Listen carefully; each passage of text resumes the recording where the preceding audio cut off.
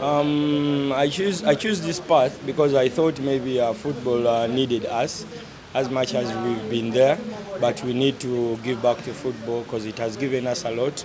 We've been a few lucky people that have managed to come from the grassroots to all the setups of the national team, to the highest ranks.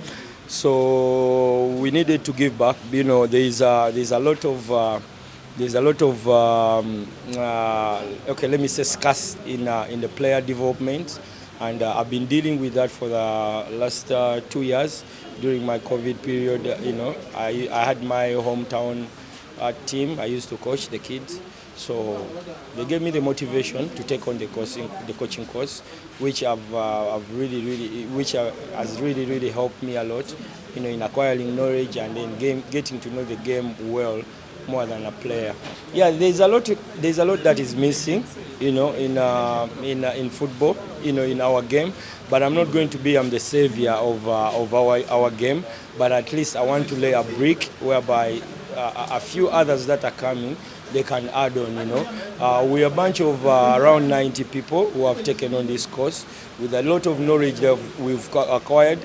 We're hoping the future is going to be bright, and then we try to implement what we've learned, and then we put it in practice, and then we see how the future will come up for us and the kids that are coming up.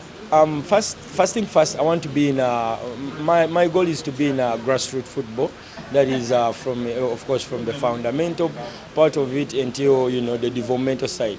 That will take me a few years. I have my plan, like 6 or more years, to be in grassroots. I've started when I'm young. I think that is something I should take on, and I want to implement my things, my philosophy, my ways of understanding, my playing. So and then the adequate need of technical skills, and then the tactical part of it from grassroots, is really needed. So we really need to teach these kids, how to be a role model than being only a player, that you can influence others.